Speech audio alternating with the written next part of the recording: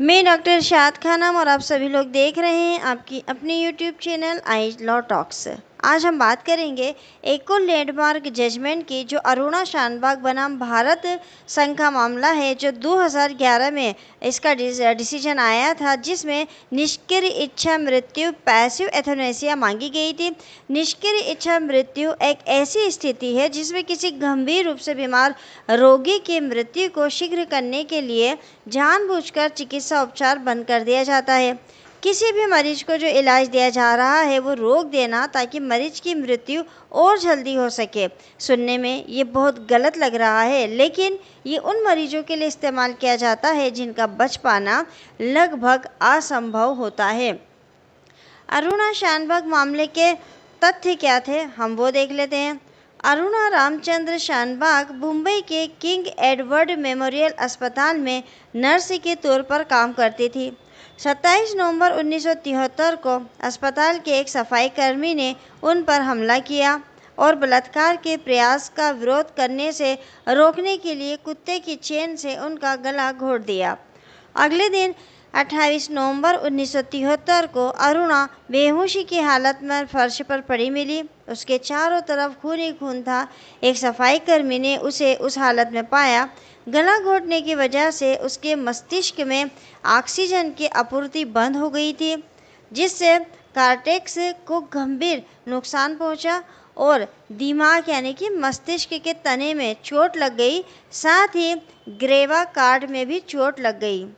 2009 में इस घटना के 36 साल के बाद अरुणा के एक दोस्त पिंकी विरानी, जो एक पत्रकार और समाज सेविका भी थे, ने सुप्रीम कोर्ट में भारतीय संविधान के अनुच्छेद 32 के तहत एक याचिका दायर की और कोर्ट से ये निवेदन किया कि अरुणा की हालत में सुधार होना नामुमकिन है।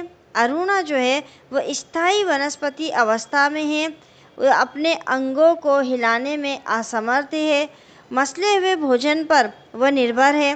वह अपनी देखभाल के लिए पूरी तरह से मुंबई के केवीएम अस्पताल पर निर्भर थी। अरुणा को इच्छा मृत्यु दे देना चाहिए ताकि अरुणा को दर्द से राहत मिल सके। इस याचिका के जवाब में क्या हुआ था कि केईएम अस्पताल और बॉम्बे नगर निगम ने जो है वो जवाबी याचिका दायर की थी और न्यायालय ने इस याचिका में क्या किया, तो न्यायालय ने डॉक्टरों की एक टीम को नियुक्त किया निष्कर्ष निकालने के लिए। स्थिति को बेहतर ढंग से समझने के लिए सुप्रीम कोर्ट ने अरुणा शानबाग की मानसिक और शारीरिक स्थिति की जांच करने और रिपोर्ट देने के लिए 3 अनुभवी डॉक्टरों की एक टीम नियुक्त की। डॉक्टरों ने उसका पूरा मेडिकल इतिहास देखा और ये निष्कर्ष निकाला कि उसका मस्तिष्क जो है वो नहीं मरा है। उसने परिस्थितियों को समझने और उन पर प्रतिक्रिया करने का एक अनूठा तरीका दिखाया। इसके अलावा उसकी शारीरिक भाषा से ऐसा नहीं लगता था कि वो अपनी जान लेने की इच्छा रखती है। नर्सिंग स्टाफ जो हॉस्पिटल का था, उसने भी उसकी देखभाल में कोई कमी नहीं की थी और अस्पताल को उसकी आगे भी देखभाल करने में कोई दिक्कत नहीं थी। तो डॉक्टर्स ने ये माना कि इस मामले में इच्छा मृत्यु आवश्यक नहीं थी।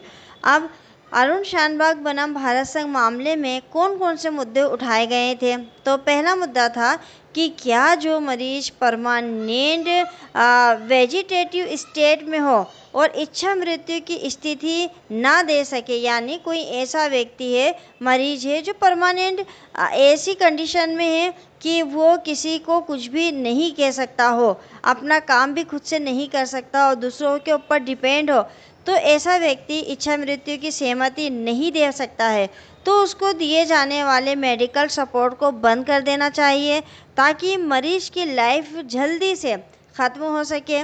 दूसरा कि क्या कोई व्यक्ति पहले से ही ये डिक्लेयर कर सकता है कि यदि वो फ्यूचर में परमानेंट वेजेटिव स्टेट में चला जाए तो उसे इच्छा मृत्यु, निष्क्रिय इच्छा मृत्यु दे दी जानी चाहिए। कोई व्यक्ति है, उसके परिवार या मित्र है, क्या उसको ये अधिकार है कि वो जीवन रक्षक जो उपाय है उसको रोकने या हटाने की मांग कर सकता है? क्या व्यक्ति ने पहले से ऐसा अनुरोध नहीं किया हो उस कंडीशन में भी, यानी पेशेंट है और उसने अपने इस कंडीशन से पहले ऐसा अनुरोध ना किया हो कि मुझे इच्छा मृत्यु दे दी जाए, तो क्या उसके परिवार वाले, उसके मित्र, उसके रिश्तेदार या किसी अन्य व्यक्ति को ये अधिकार है कि वो इच्छा मृत्यु उसके बदले में मांग सकता हो? क्या अरुणा रामचंद्र शानबाग को मृत घोषित किया जाए? क्या मृत्यु का अधिकार संविधान के अनुच्छेद 21 के दायरे में आना चाहिए? क्या आईपीसी की धारा 306 और 309 संवैधानिक रूप से वैध है? और क्या इच्छा मृत्यु की अनुमति दी जानी चाहिए और उसके संबंध में क्या कानूनी मुद्दे हैं? याचिकाकर्ताओं ने अपने अपने तर्क दिए थे। पत्रकार और कार्यकर्ता सुश्री पिंकी ईरानी ने भारतीय संविधान के अनुच्छेद 32 के तहत ये मांग की थी याचिका दायर करके कि अनुच्छेद 21 के अंतर्गत गारंटी युक्त जीवन का अधिकार है, सम्मान के साथ मरने का अधिकार भी उसके अंदर शामिल है। अगर लाइलाज बीमारी हो जाए या स्थायी रूप से कोई व्यक्ति अशक्त अवस्था में हो जाए तो ऐसे व्यक्ति को लंबे समय तक उसको जीवित ना रख के उसके जीवन को समाप्त कर देना चाहिए। उन्होंने इस मामले में ये कहा कि जो अरुणा है वो अपना खाना चबाने में असमर्थ है, 36 साल से वो बिस्तर पे पड़ी हुई है, उसके ठीक होने की कोई उम्मीद नहीं है, तो इसके हिसाब से उसको जो है शांति से मरने का अधिकार है और उसको मर जाना चाहिए। अस्पताल के जो डीन थे उन्होंने इसका विरोध किया। उन्होंने कहा कि भाई 36 साल से जो स्टाफ है वो पूरी तरह से उनकी बुनियादी ज़रूरतों का ध्यान रख रहा है। अरुणा की उम्र 60 साल की हो गई थी, तब तक भी वो उसकी देखभाल कर रहे थे और भविष्य में भी उन्होंने कहा कि वो उसकी देखभाल कर सकते हैं क्योंकि अस्पताल के कर्मचारियों का अरुणा के साथ एक घनिष्ठ भावनात्मक रिश्ता जुड़ गया था। शानबाग बनाम भारत संघ मामले में सुप्रीम कोर्ट ने क्या डिसीजन दिया? सुप्रीम कोर्ट की 2 जजों की डिवीज़न बेंच थी और उन्होंने उस बेंच में जस्टिस मार्केटे काटजू और ज्ञानसुधा मिश्रा शामिल थे। उन्होंने डॉक्टर की रिपोर्ट के आधार पर ये माना कि अरुणा ब्रेन डेड नहीं है और वह बिना मशीन सपोर्ट के खुद सांस ले सकती है और उसके अंदर फीलिंग्स भी है जिसके सिस्टम कभी कभी नज़र आते हैं और उसकी कंडीशन जो है वह स्टेबल थी। इस आधार पर अरुणा शानबाग बनाम भारत संघ मामले में सर्वोच्च न्यायालय ने याचिकाकर्ता पिंकी ईरानी की याचिका को खारिज करते हुए इच्छा मृत्यु देने से इनकार कर दिया। सुप्रीम कोर्ट ने कहा कि पिंकी ईरानी अरुणा की बहुत करीबी फ्रेंड नहीं है और उसे ऐसा अधिकार नहीं है कि वो इच्छा मृत्यु मांग सकती है। चूँकि जो हॉस्पिटल है वो उसकी देखभाल अच्छे से कर रहा है और इस केस में अरुणा जो है वो फ्रूट पर जिंदा थी। कोर्ट ने कहा कि फ्रूट को हटाकर किसी को इच्छा मृत्यु देना न्यायिक नहीं है और सुप्रीम कोर्ट जो है वो ऐसा नहीं कर सकती है। और इसी के साथ सुप्रीम कोर्ट ने इस मामले में कुछ गाइडलाइंस भी जारी की थी जिसमें निष्कर्ष इच्छा मृत्यु के बारे में दिशा निर्देश थे। जैसे निष्क्रिय इच्छा मृत्यु के लिए उच्च न्यायालय में आवेदन दायर किया जाएगा। अगर कोई व्यक्ति निष्क्रिय इच्छा मृत्यु की डिमांड करता है तो सबसे पहले उच्च न्यायालय में वो आवेदन देगा। उच्च न्यायालय के मुख्य न्यायाधीश को कम से कम 2 न्यायाधीशों की एक पीठ का गठन करना होगा जो इस मामले पर निर्णय ले सके कि ऐसी इच्छा मृत्यु दी जानी चाहिए या नहीं दी जानी चाहिए। पीठ जो बनाई जाएगी 2 न्यायाधीशों की वो अपना निर्णय देने से पहले क्या करेगा, 3 प्रतिष्ठित डॉक्टरों की एक समिति बनाएगा। उस समिति की जो राय दी जाएगी समिति द्वारा उस पर विचार करेगा और विचार करने के बाद वो अपना निर्णय देगा। इन डॉक्टरों को भी पीठ द्वारा उपयुक्त चिकित्सकों के साथ चर्चा करने के बाद नामित किया जाएगा। यानी जो भी 3 डॉक्टरों की टीम बनेगी, समिति बनेगी, उसको भी वो डॉक्टरों से विचार करके और फिर बनाएगा कि किन 3 डॉक्टरों को बनाना है। राज्य रिश्तेदारों, सगे संबंधियों और मित्रों को नोटिस जारी करेगा तथा डॉक्टरों की समिति द्वारा बनाई गई रिपोर्ट की प्रति उपलब्ध कराना ये भी न्यायालय का कर्तव्य होगा।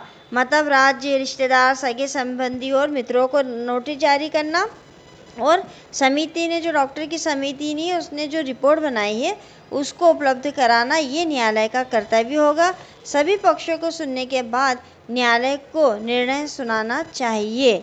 इस प्रक्रिया का पालन भारत में हर जगह तब तक किया जाना चाहिए जब तक कि इस विषय पर कोई कानून पारित ना किया जाए। तो अरुणा शानबाग का मामला जो था 7 मार्च 2011 को ये डिसाइड किया गया था और ये मामला जो है, जो मौलिक अधिकार है उसमें एक मील का पत्थर साबित हुआ था।